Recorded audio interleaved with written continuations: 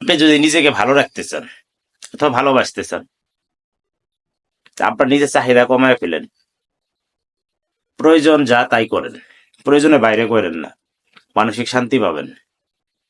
প্রয়োজন যতটুকু ততটুকুই যদি আপনি করেন, তাহলে আপনি মানসিক শান্তি পাবেন।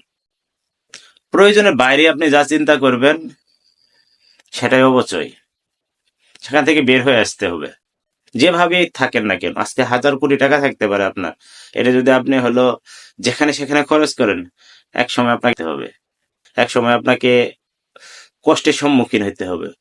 সম্পদের সুষম বন্টন, সুষম ব্যবহার আমাদের জানতে হবে, আমাদের করতে হবে। কোনটা ভালো কোনটা মন্দ এটা আমরা সকলেই জানি। কি দরকার ভাই